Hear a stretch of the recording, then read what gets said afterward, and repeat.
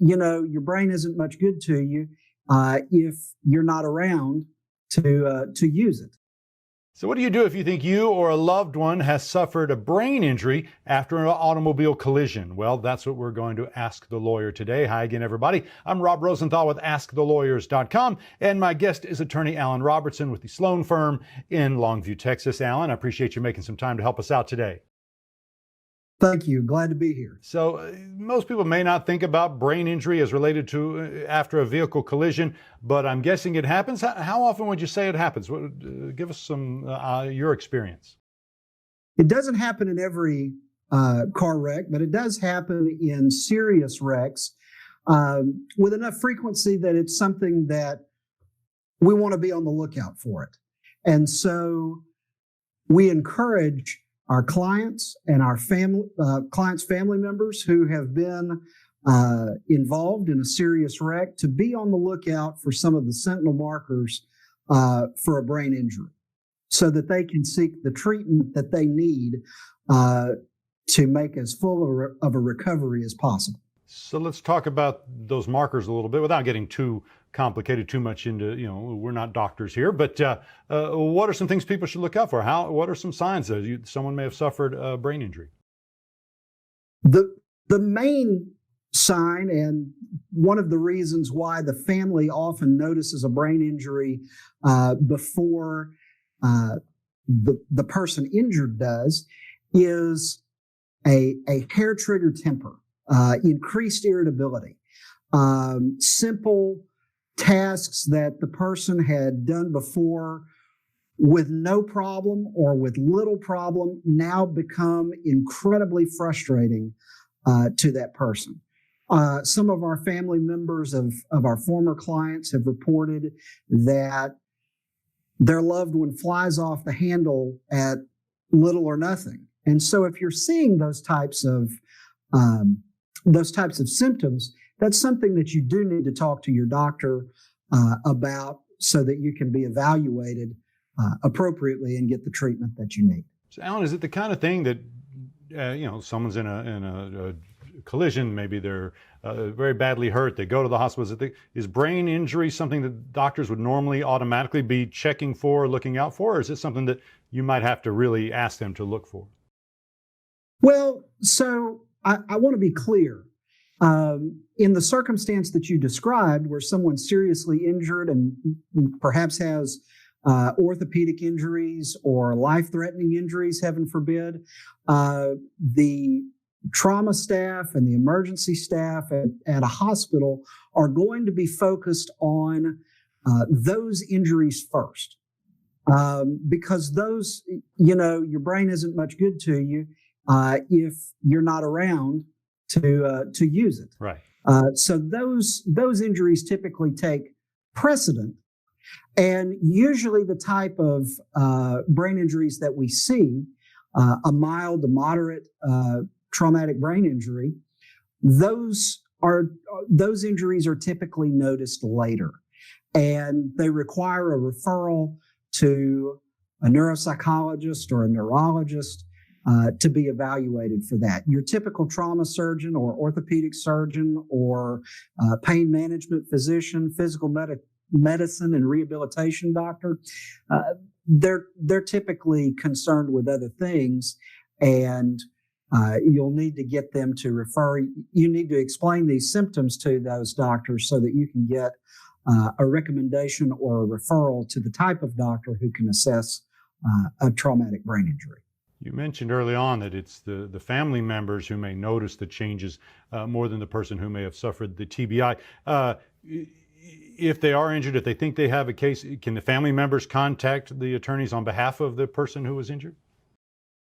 Absolutely. We're happy to talk to anybody about a potential case. With respect to someone who has suffered a brain injury for whom there's been no guardianship taken out, ultimately it would be the patient's decision, the person injured. It would be their decision to hire our law firm. But we're certainly happy to talk to family members to open those lines of communication between our firm and the person who's been injured as a result of the negligence of someone else. Would the amount of damages that I might be able to receive be different from an automobile accident, a collision where there's not a TBI as opposed to when there is? Does that change the amount of compensable damages I could receive? It often does. Typically with traumatic brain injuries they are such that you will be dealing with them in many cases for the rest of your life.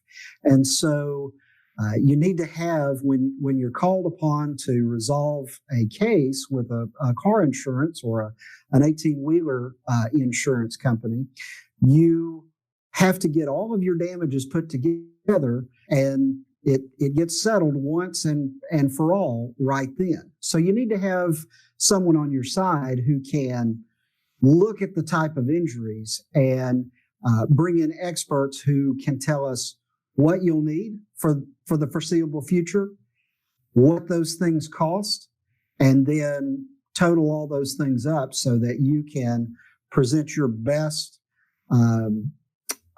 proposal to the insurance company so that we can ensure that you're taken care of for the rest of your life for injuries that were caused by the negligence of someone else. It sounds like, too, Alan, that you want to have an attorney who has experience in the traumatic brain injury field, not someone who's never done that before.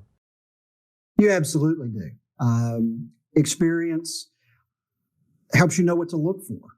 It helps you know how to evaluate whether bringing in the types of experts and not to put too fine a point on it, bringing in the expense associated with those experts will ultimately pay off at the end of the day.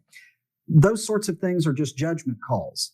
And the best way to have good judgment is to have experience with that. John Sloan and Ray Hatcher and everyone here at the Sloan firm has been doing brain injury cases for decades. So we're happy to help, and we stand ready to help families put their lives back together after a serious motor vehicle collision. Let's talk about the cost just for a second, though, Alan. You mentioned experts and all that sort of thing. The investigation, that's not cheap. Do people need to be prepared to come up with money out of pocket up front if they hired your firm to handle this kind of case? Absolutely not. We take all of our personal injury cases on contingency fees, and we advance the costs of investigating and retaining experts until that case resolves, whether by settlement, by trial, on appeal, however that case resolves. If we don't recover anything for you, you don't owe us anything, and we eat those costs.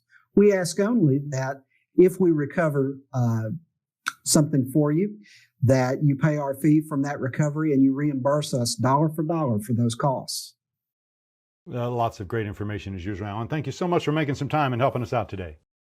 Happy to do it. Thank you. That's going to do it for this episode of Ask the Lawyer. My guest has been attorney Alan Robertson with the Sloan firm in Texas. Remember, if you want the best information or you're ready to choose a lawyer that lawyers choose, make sure to go to askthelawyer.com. Also, please take a sec to like, share, and subscribe by clicking below. Thanks for watching, everybody. I'm Rob Rosenthal with AskTheLawyers.com.